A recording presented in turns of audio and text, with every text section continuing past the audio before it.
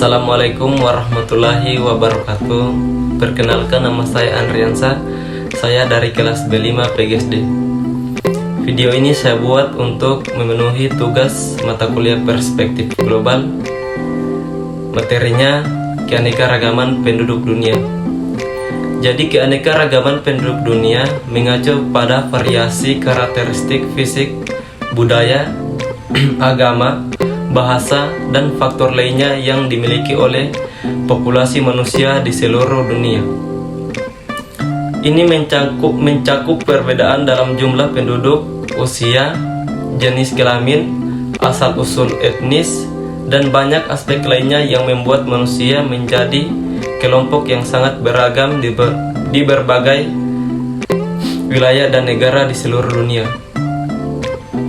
Jadi keanekaragaman penduduk merupakan fenomena alami dan kompleks yang terus berkembang seiring waktu dan memiliki dampak signifikan terhadap berbagai aspek sosial, ekonomi, dan politik di seluruh dunia.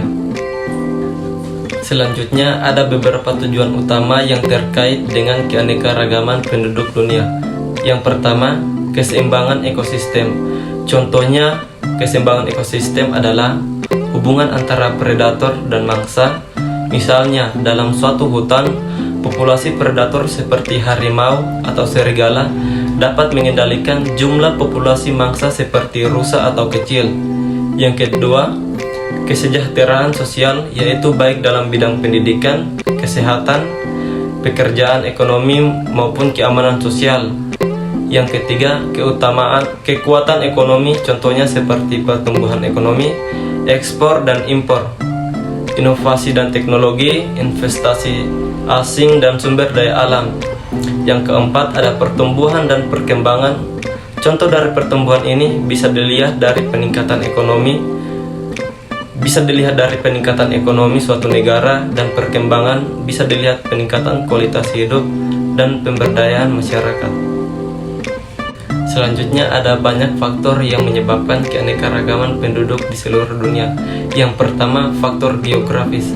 Salah satu contohnya bencana alam.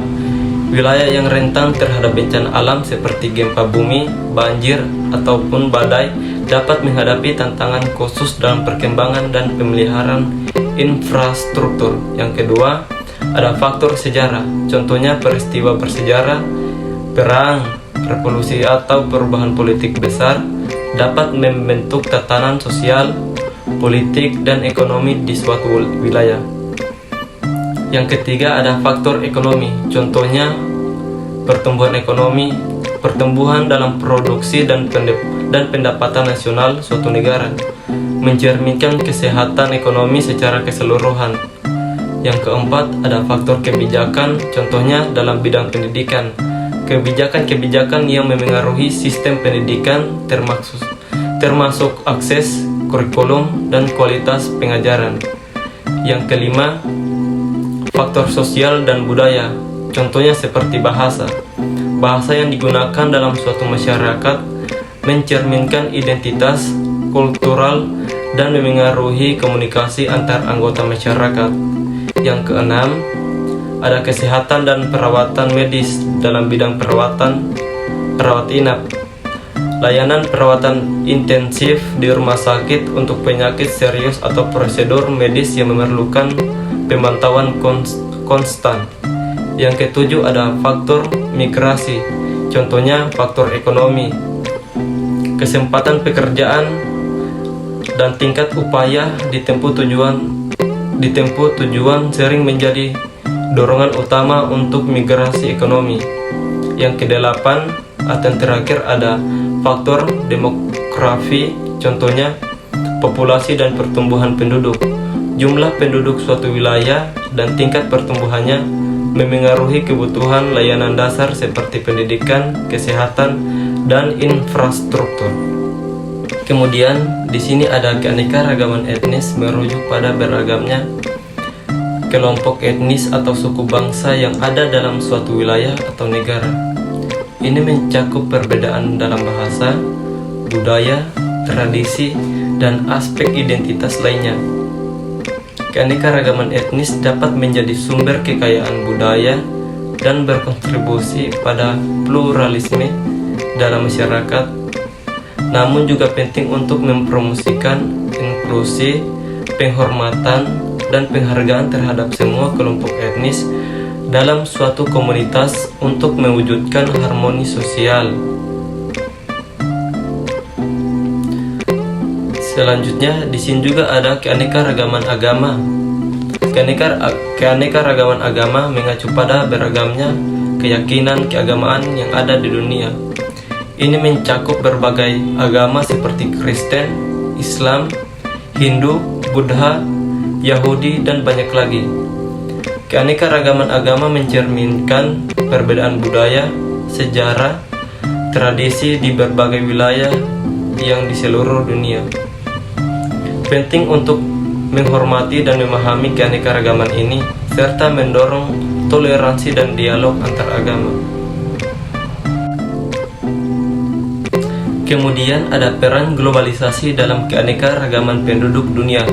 Yang pertama, perubahan budaya dalam bidang teknologi dan gaya hidup. Yang kedua, migrasi, misalnya migrasi ekonomi, pindahnya seseorang atau kelompok dari satu wilayah ke wilayah lain untuk mencari pekerjaan atau peluang ekonomi yang lebih baik. Yang ketiga, pengaruh ekonomi, misalnya kurangnya lapangan pekerjaan sehingga adanya pengangguran. Yang keempat, urbanisasi, merujuk pada peningkatan proporsi penduduk yang tinggal di kota atau pusat perkotaan dibandingkan dengan pedesaan, contohnya perubahan ekonomi. Yang kelima, ketergantungan makanan seperti impor pangan yang tinggi. Kemudian ada tantangan keanekaragaman penduduk dunia. Yang pertama, peningkatan populasi. Yang kedua, penuaan penduduk. Yang ketiga, urbanisasi. Yang keempat, disparitas regional. Yang kelima, perubahan iklim. Kemudian ketidaksetaraan gender. Ketujuh, keberlanjutan sumber daya. Selanjutnya ada manfaat keanekaragaman penduduk dunia. Yang pertama, potensi ekonomi. Yang kedua, inovasi. Ketiga, kekayaan budaya. Yang keempat, kerjasama global. Yang kelima, pertumbuhan populasi tenaga kerja. Sekian penjelasan materi dari saya. Mohon maaf bila banyak kesalahan. Assalamualaikum warahmatullahi wabarakatuh.